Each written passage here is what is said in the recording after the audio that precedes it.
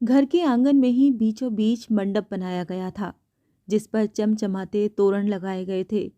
मंडप के चारों कोनों पर मिट्टी के 7 कलश एक के ऊपर एक रखे गए थे, जो अलग अलग रंगों, छोटी छोटी मोतियों और चमकीले शीशों के टुकड़ों से सजे हुए थे। घर के बाहरी हिस्से में जगमग करते रंग बिरंगे लाइट की लड़ियां लगाई गई थीं। यूं समझ लीजिए, पूरे घर को दुल्हन की तरह सजा दिया गया था। मिसेस तिवारी चाहती थीं प्रिया की शादी में हल्दी, मेहंदी, संगीत से लेकर विदाई तक की हर रस्म घर से ही हो। इसीलिए उन्होंने केवल रिसेप्शन के लिए ही मांगलिक भवन की बुकिंग करवा रखी थी। गीत संगीत के साथ ही शादी की रस्में शुरू हो गईं। मिसेस तिवारी भाग भाग कर सारे काम अपनी निगरानी में करवा रही थीं।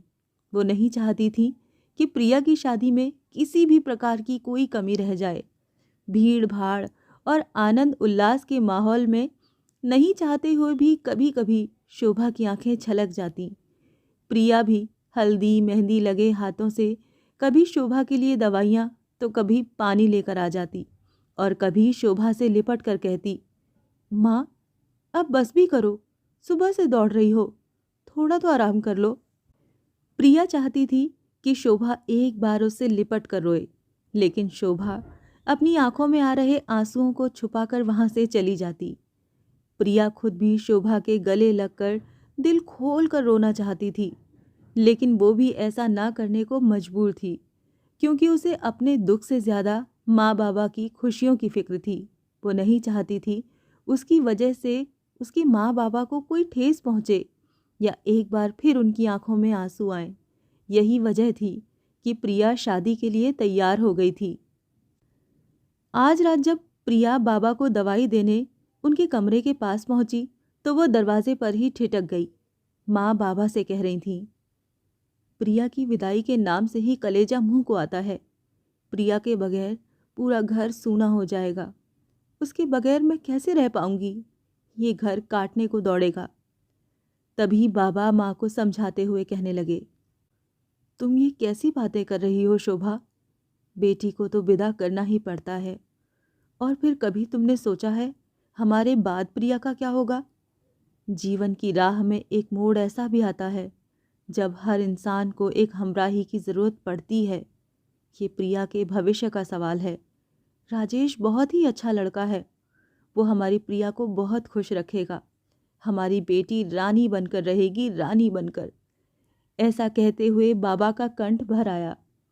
माँ बाबा के रुआंसे स्वर को जानकर बोली, मैं सब समझती हूँ, लेकिन क्या आप प्रिया के बगैर रह पाएंगे? मुझसे ज़्यादा प्यार करते हैं आप प्रिया से, उसमें तो आपकी जान बसती है।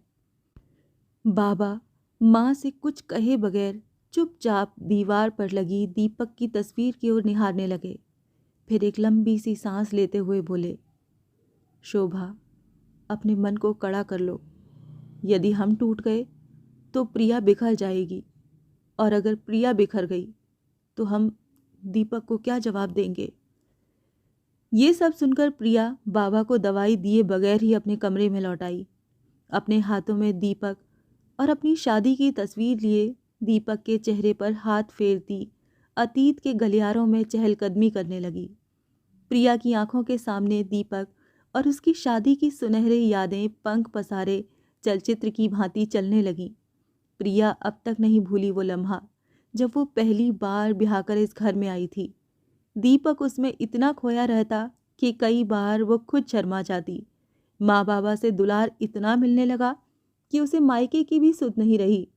माँ बाबा और दीपक तीनों प्रिया का ऐसे ख्याल रखते मानो वो कोई छोटी बच्ची हो। दीपक चाहता था प्रिया अपने बीई की पढ़ाई पूरी कर ले, लेकिन प्रिया अब उस ओर बिल्कुल भी ध्यान नहीं दे रही थी, या यूँ समझ लीजिए कि वो ध्यान देना ही नहीं चाहती थी। वो सब छोड़कर घर गृहस्थी में रम जाना चाहती थी। दीपक को पाने के बाद उसके मन में कुछ और पाने की अभिलाषा ही नहीं रही थी।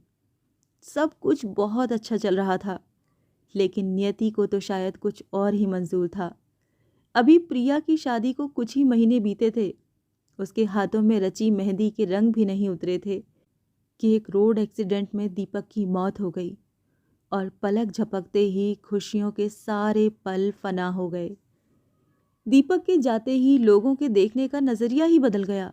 लोग तरह तरह की बातें बनाने लगे।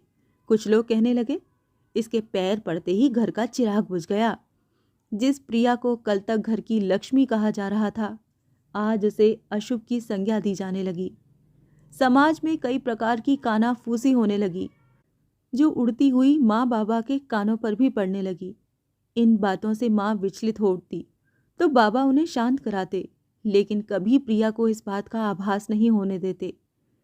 दीपक की मौत के बाद प्रिया के जीवन में सब कुछ बदल गया था। नहीं बदला था तो केवल प्रिया के लिए माँ बाबा का प्यार। वो आज भी उसे उतना ही प्यार करते थे, बल्कि पहले से ज्यादा करने लगे थे। माँ तो प्रिया को पल भर के लिए भी अकेला नहीं छोड़ती थी।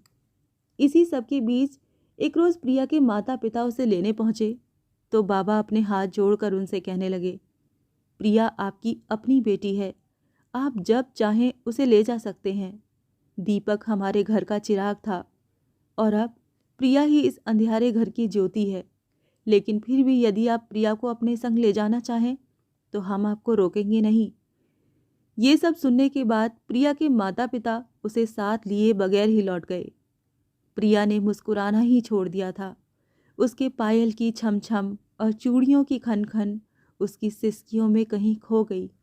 तभी एक दिन बाबा प्रिया के सिर पर हाथ फेरते हुए बोले, प्रिया, तुम अपनी अधूरी पढ़ाई पूरी कर लो। बिजी रहोगी तो तुम्हारा मन भी लगा रहेगा। और फिर दीपक की भी यही इच्छा थी।